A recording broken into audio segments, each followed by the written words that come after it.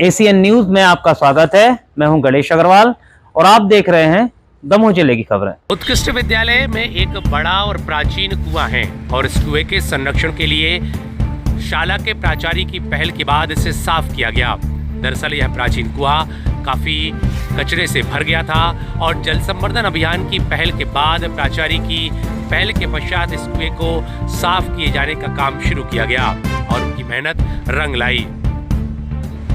बड़ी मात्रा में इस कुएं से कचरे को निकाला गया, कुएं को साफ किया गया और अब कुएं में साफ स्वच्छ जल दिखाई दे रहा है। एक्सेलेंस स्कूल परिसर में यह अनेक साल पहले कुआं बनाया गया था जो आज भी स्थित है, लेकिन संरक्षण के अभाव में यह कुआं कचरे से भरा पड़ा हुआ था, जिसके बाद शाला के प्राचार्य के द्वारा इसको संरक्षित करने के लिए पहल की गई और पहल किए जाने के बाद अब कुआं न केवल संरक्षित हुआ है बल्कि इसमें साफ स्वच्छ पानी भी नजर आ रहा है। जल संवर्धन अभियान को लेकर के किए जा रहे प्रयासों के तहत शासकीय विद्यालय का यह कुआं अब निर्मल जल दिखाई दे रहा है और इसमें निर्मल और शीतल जल नजर आ रहा है, जो एक्सेलेंस स्कूल के लिए काफ़ी मददगार साबित होगा।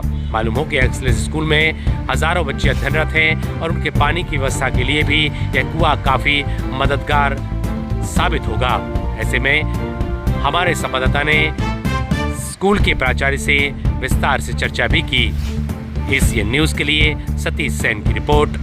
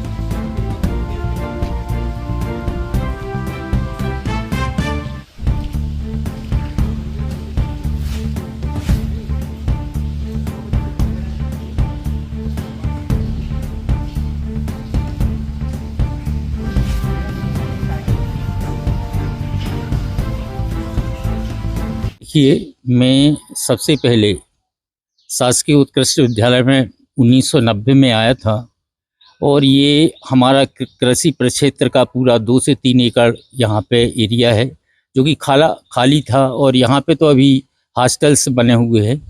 यहाँ पे मैं 1990 से देख रहा था कि हमारे विद्यालय में लगभग 1500 स्टूडेंट्स इसी कुएं का पानी पीते हैं। इसकी जो गहराई है वो लगभग 70 से 75 फीट है और मैंने जो हमारे प्राचार्य सर होते थे उनसे कई बार मैंने कहा कि सर 1500 से 2000 बच्चों की स्वास्थ्य का प्रश्न है और ये पानी बहुत गंदा है, इसको साफ़ कराने की सर योजना बनाइए।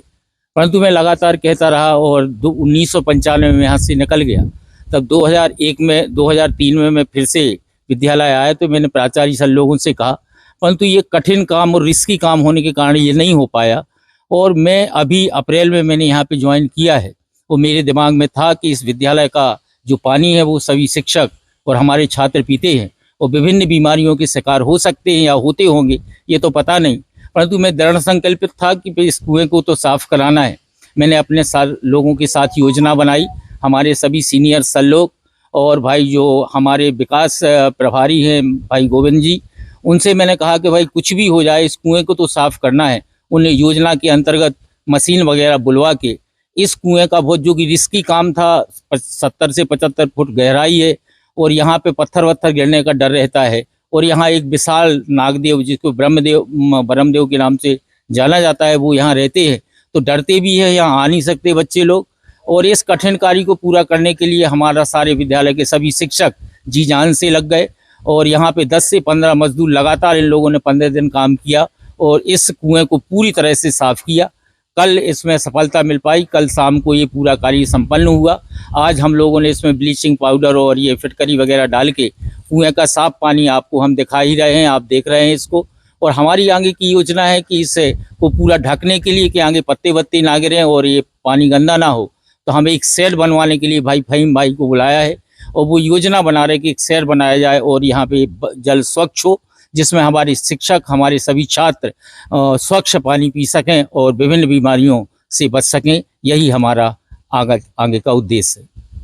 सरकार की जो योजनाएं चल रही हैं जल संवर्धन के लिए कि प्रत्येक नागरिक को हमारे देश के स्वच्छ पानी उपलब्ध होना चाहिए, उसके कलेक्टर साहब के भी निर्देश और जगह जगह कुएं और बावड़ियाँ साफ की जा रही हैं।